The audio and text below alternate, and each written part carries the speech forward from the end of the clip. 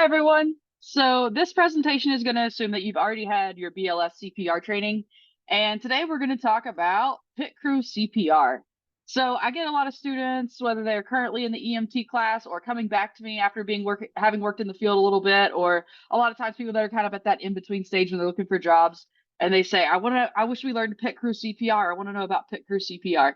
So first I wanted to talk about just what is pit crew CPR. I guess in my opinion, pit crew CPR really is a buzzword. It doesn't, when I first heard pit crew CPR, I thought, oh, it's this specific thing that there's some, the American Heart Association or some big organization is basically, it's all the same thing and everybody does exactly the same thing, but it's a bit of a buzzword. And so, basically, where did this come from? Well, it was coined by the NHS in the UK, and basically they named it after a Formula One racing team. So if you've watched racing, whether it's NASCAR or Formula One, the car pulls into the pit. There's no discussion. Everybody knows their job. They get right in, they do what they're supposed to do, and moments later, the car pulls off with new tires, full of gas, etc. So that idea is what we're going for when we look at pit crew CPR. We're basically, how can we make this a seamless process so everybody has their designated roles and things like that.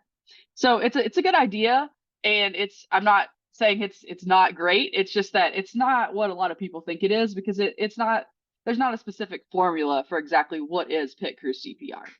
So when you go to the American Heart Association website and you search for pit crew CPR, you'll essentially find about 2 or 3 articles that have been published where people mention pit crew CPR, but they don't describe what it is. They just say, "Oh, our team was trained in pit crew CPR." There's no really, like I said, there's no really procedure or anything like that where it's like, okay, this is exactly what pit crew CPR is. It's just kind of a buzzword that people throw around. So when you go to the American Heart Association, and you're looking for, well, what do we mean by pit crew CPR? Really, they just use the term high quality CPR. And that's what we're looking for. So everybody kind of has a little bit different idea of what exactly pit crew CPR is. So most importantly, I want you to know that we're gonna talk today about like one specific type of pit crew CPR, but just know that there are, you might work for 3 different departments and they might all 3 do pit crew CPR, but their idea of what pit crew CPR is may vary a little bit, just because, the first person to get there may have a different role than at a different department for the first person to get there and things like that. So we're going to look at some different models and kind of just pick one and dive into it so you can see what it looks like if you've never trained in pit crew CPR. This will be helpful because you'll have a little bit of an idea of how it works, and then you can adapt to a team that you might work with. So we're not going to get bogged down by the terminology. We're just going to dive in and look at actually what is pit crew CPR. So what makes CPR high quality? What is, as I said, we're going to come back to pit crew CPR, but what is high quality CPR? What makes it high quality? What are our goals so that we can look at basically designing pit crew CPR to be the most effective? Well, immediate chest compressions. That's the number one thing. It's all really going to come back to those high quality chest compressions. Remember, chest compressions keep blood flowing through the body. And if their heart is in a shockable rhythm, that blood flow is going to come right back to the heart tissue itself, and it's going to extend the amount of time that heart stays in a shockable rhythm. So high quality chest compressions are going to be our number one goal. So those chest compressions need to start immediately. We need to have minimal interruptions to chest compressions. Anytime you stop doing chest compressions, eventually the blood flow that's going through the body kind of ceases to stop. And when we start back with those chest compressions, it takes about 15 chest compressions to get the blood flowing again. So we want to limit our interruptions to chest compressions to keep that blood constantly flowing, as it does when someone's alive and their heart is pumping that blood. So those compressions need to be perfect. They need to be at the right speed, which is 100 to 120 per minute. They need to be at the right depth. So for adults, we're looking for compressing at least 2 inches. And we need sufficient chest recoil. Remember, when we push down on the heart, that's going to squeeze the blood out. But also, we need to let our weight completely off the chest so that heart can refill with blood, so that on the next compression, it's full of blood to squeeze out.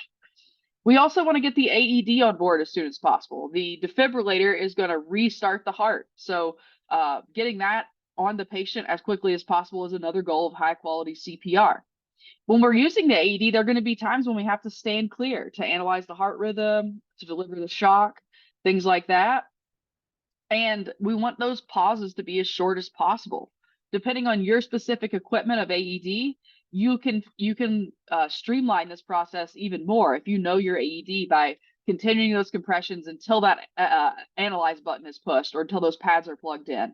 You may even be able to do chest compressions after the analysis is done while the AED is charging before the AED delivers a shock. But be careful with that because that's not always the case. Some AEDs will actually go back and reanalyze the heart rhythm during that charge cycle. So if you're doing chest compressions while it's charging, some AEDs may disarm themselves and then will not deliver a shock because of those chest compressions that were done during the charge cycle. So basically know your equipment and know what you have. And if you're using an AED that you're not familiar with, just be sure to follow the actual prompts that it says. Also, with that AED, we want to reuse it every 2 minutes. We want to analyze the heart rhythm again to see if there's a shockable rhythm every 2 minutes. To keep those compressions high quality, we need to rotate the compressor every 2 minutes or more often if the person feels tired. But at 2 minutes, we're going to swap out because we're going to assume they're starting to get fatigued, and getting a new rescuer in there to do those compressions is going to lead to more effective compressions. We also need quality ventilations and we need them to be quick. We're giving those breaths. We're having to stop those chest compressions to give the breaths. So the breaths need to be quick, and we also need them to be quality. We need to make sure we're getting chest rise. So we know when we do BLS CPR, we're looking at a ratio of 30 compressions to 2 breaths anytime we're dealing with an adult. I know it gets a little more complicated. We're dealing with children. For the purposes of the pit crew CPR discussion today, we're going to stick with adults. So it's always going to be 30 compressions to 2 breaths, regardless of how many rescuers you have. So getting those breaths in quickly is also going to be a huge goal. Another thing I want to talk about before we get into the weeds on this are today we're talking about BLS pit crew CPR. When you get into a pit crew team with ALS providers, a whole lot of other things are going to be entering the equation. But since this is an EMT refresher and not an advanced or a paramedic refresher content, I'm going to stick with just the BLS pit crew CPR team. So what's needed to accomplish these things? What do we need so that we can have continuous chest compressions, high quality chest compressions, swapping compressors every 2 minutes, good quick breaths with good chest rise? Well, we need clear roles. Everybody on the team needs to come in and know what their role is. We also need a strong leader, somebody who's kind of looking out everything, possibly assigning roles, making sure everybody's staying on task, speaking up if something needs to be done differently or done better. And we also need teamwork among the entire team. And the strongest component of teamwork is going to be that communication between team members so that we're all on the same page, we're all working together as a team. And if we have a weakness, we can communicate through that and correct that in the moment to try to keep our CPR as high quality as possible. So what does pit crew CPR look like? Well, unfortunately, we don't get to wear the Formula One helmets and the jumpsuits. We'll come out in our regular EMS attire, our gloves, our goggles. But so that's what it looks like. We're not going to be on a track. We're going to be wherever the cardiac arrest happens. But what is everyone's role, things like that? It's going to vary from place to place. So remember, we're going to look at a few, but it could be different. As far as like how the roles are assigned, that might be based on seniority. Like the person who's been around the longest is going to be position number 1. It could be based on level of training. Like, the person with the highest level of training is going to be the leader. Or maybe the person with the highest level of training is going to be doing chest compressions. That would depend on your department and what they decide. Some crews do it as you're positioning in the truck. The driver is maybe going to be the last person to get out of the truck. So they're going to take the 4th position. Or maybe the person who rides in the passenger seat is always the leader on every scene. So they're going to take the lead role. This can be done in several different ways. Order of arrival on scene just doesn't matter, but whoever walks in the door first, take position 1. Whoever walks in second, take position 2, and so on.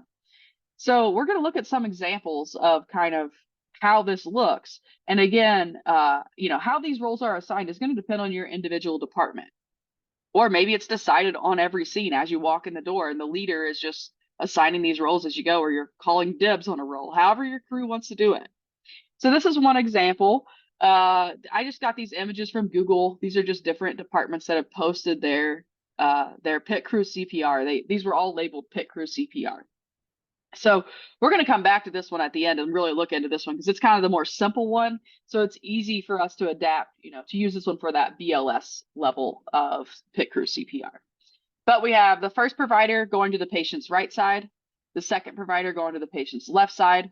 Position 3 is operating the airway, and position 4 is the leader. Often you will have this kind of positioning where you have people on either side, somebody at the head, somebody at the feet. The person at the feet is usually going to be the leader because it's the easiest place to see everything that's going on. When you're at the patient's feet, you can see the compressor, you can see the AED, you can see the person giving ventilations, and you can just oversee the whole crew. So that's one model of pit crew CPR. And like I said, we're going to come back to this one, and this is the one we're going to demonstrate and really dive into. Okay, this is another one. You see this one has actually 6 positions, and notice compressor number 1 comes to the patient's left side instead of the right. Person number 2 on our last model went to the patient's right side. Left side. In this case, they're actually going to go to the airway. Person number 2 is going to go to the airway. Person number 3, probably we're looking at an ALS crew here because they're monitoring access medications. So they're monitoring everything that's going on. They're making sure that we have IV access or IO access, and they're administering the medications. Person number 4 becomes the second compressor on the other side. So we do have that same layout where we have a compressor on each side and somebody doing airway up at the head. Then we have person number 5, which is, again, they call them the boss, but they're basically the leader. They're going to focus on high quality CPR, making sure everybody has their roles and all that kind of stuff. Okay, person number 6 is the scribe or the airway assistant. So they're taking notes of everything that happens, recording what time we give shocks, what time meds are delivered, all those kind of things. And they're also helping out with airway if that's needed. So we can see this is kind of a different layout, especially when you look at the order, like number 1, because the other one was 1, 2 was on the other side, 3 was at the head, and 4 was at the feet. So this is different, but these are all pit crew CPR. And here's another one. We have person number 1 is the boss here at the feet. So completely different. Whereas person 2 is the airway. Person 3 is looking at medications and access and all that. Persons 4 and 5 are our CPR compressors, and person 6 is that airway assistant. So not too different as far as where people go, but again, the numbering, very different. So, you'll notice this, that the people doing compressions are on either side, the person doing airway is at the head, and then we have a leader, a boss, somebody looking over everything that's going to be at the feet. That's a common model. But as far as I'll take position number 1. That can mean something very different. It could be leader, could be airway, could be compressor. Really depends on the model. So which one of these models is the best? There's only one answer, the one you practice the most. What you practice with your team and what you become familiar with is going to be the best model. You can't just hop into another department and say, yes, I know pit crew CPR. I don't need to train with you all. That's not going to work out. Everybody has their own system and their own way of organizing it. So make sure you practice the model that your team is using at all times. I kind of, like I said, I picked one that was simple because we're doing this at the BLS level. So we're not going to get into medication administration, advanced airways, capnography, all those things. We're just going to stick with our compressions, ventilating with a BVM, and using an AED. So I chose this simple one out of Christchurch, New Zealand, with just the 4 rescuers. So we're going to go through each of these positions. And the way I've decided to assign the roles is based on the order of arrival into the room. So the first person to walk into the room is going to go into position 1 and immediately assess the patient, take over chest compressions. Person number 2 is going to come in, get the AED ready. That's the second most important thing. Person number 3 is going to come in and secure the airway. If we have a 4th person, they're going to come in and stand at the patient's feet to oversee everything, tell people anything they notice, basically be the leader or the boss. So let's look closer at each of those roles. So position 1, remember you're at the right side of the patient. This is, I chose to have this person be the first person on scene, but your department may choose to do it a different way. But this person's going to immediately go to the patient's right side. They're going to assess the ABCs. They're basically looking for major bleeding and checking pulse and breathing to see if we need to start CPR. If they find the patient has no pulse, no breathing, they're going to immediately start chest compressions, and they're going to alert the rest of the team. This is a cardiac arrest. starting CPR, call for ALS, call for the AED. Let's get going. Now, everybody kind of has multiple roles. When person one is doing chest compressions, they're only doing chest compressions. But remember, we can only do chest compressions for 2 minutes, and then the effectiveness of our compression starts to really deteriorate. So after that 2-minute mark, the other person's going to take over chest compressions, and person one's just hanging out. So during that time, they're going to actually squeeze the BVM when they're not doing compressions. This was a little bit new to me when I first found this model, but I really like it. You've all probably been through EMT class where you had to use a BVM one person. You have one hand on the mask with that CE clamp, one hand on the bag, and you're squeezing the bag. Us meanie instructors make you learn to do that because you need to be able to do one-handed BVM use. You need to be able to ventilate a patient by yourself. But in reality, in the field, the most effective compressions the most effective breaths, and that's our goal, is to get the best ventilations possible. The most effective way for that to happen is one person is holding the mask and the other person is squeezing the bag. So the way this setup works is that the person on the airway is really just going to be managing the airway, but as far as giving breaths, they're going to be holding the mask while person one or person two squeeze the bag. So person one, if you're not doing chest compressions, you're going to be listening to those chest compressions, and when they get to 30, you're going to be giving those 2 breaths by squeezing the bag.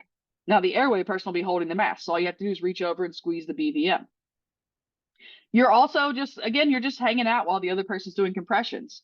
So with this smaller model where we don't have that person down at the groin area to check the effectiveness of compressions and giving meds and all that, somebody needs to check effectiveness of compressions while they're going on. So while the other person is doing chest compressions, in addition to giving breaths, you're also occasionally going to reach over and check for either a carotid or a femoral pulse and make sure you feel a pulse. You should feel a pulse every time that person does a compression because they're forcing blood through those arteries the same way the heart does. That's our ideal. So you're also going to check compression effectiveness, physically feeling for a pulse sporadically. Okay, person two's role is pretty similar. This, again, my setup, I said this will be the second person on scene, and I think that works best, but however your department decides to assign the roles. Now, this person's going to go to the patient's left side, so opposite person one. And they're immediately going to jump in and use the AED. So they're going to remove patient's clothing, clear any hair from the chest, wipe the chest dry, apply the AED pads. And they're going to get that AED running. They're also going to be, when they're not running the AED, they're going to be doing chest compressions. So remember, the AED shocks every 2 minutes. So it makes the most sense to trade positions, or trade compressors each time the AED is delivering a shock. So we're going to watch a video demonstration of this, and you'll notice position one doesn't quite do a full 5 cycles or 2 minutes of CPR. They just go until that AED is ready to shock. And then we know position two is going to take over chest compression. So person one actually ends up pressing the shock button on the AED so that position two can start those chest compressions right away. This will make more sense when you see it. But position two is going to run the AED until they give the first shock, and then they're going to take over chest compressions. Now, when they're not giving chest compressions, they're going to be helping with that BVM, just like position one. So every 30 compressions, so they're just sitting there waiting, they're going to be squeezing that BVM. They're also going to sporadically check the effectiveness of compressions with a pulse check. Again, that femoral or that carotid pulse check that would show that position one is doing effective chest compressions. Now, position three is up at the airway. Again, I think this would work best if this is the third person on scene, but however you decide to organize it, this person's going to be at the patient's head. They're doing airway.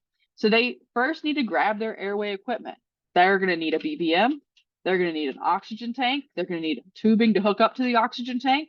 They're going to need an OPA, and they need to have suction ready. So they're going to open the airway and make sure it's clear. They're going to get an OPA applied, and they're going to hold the BVM mask to the patient's face, keeping that head in the head tilt chin lift position, ready to give breaths. They're not going to squeeze the bag because rescue or position one and position two are going to be squeezing the bag, alternating. And again, you'll get to see this in action, but the airway person is basically in charge of keeping the mouth open and holding the mask over the mouth. Okay, position four is going to be the last person to arrive on scene if they're available. You'll see when we demonstrate this, we didn't even have a fourth person. But if you have that extra person there, great. Have them stand at the foot of the patient where they can see everything that's going on. they're going to act as the team leader. They're going to rotate through the scenario and assist where needed. If somebody gets tired on compressions, if the airway person needs a new suction device, if they need a new OPA, whatever is needed, that person's going to jump in and take over that role. They're also the family liaison. One thing we don't think about in training a lot is we don't just have the patient, we also have family members that somebody needs to talk to, tell them what's going on. So this fourth person, while they're not, once they get things rolling, they can kind of talk to the family and explain what's going on, describe what's happening and let them know we're doing everything we can to help their family member. This person is also going to record times interventions. So when we deliver a shock, if we suction the airway, anything that we're doing throughout the scenario, they're going to record the time. They might record the time that compressions start each time, so we have record of that and all those kind of things.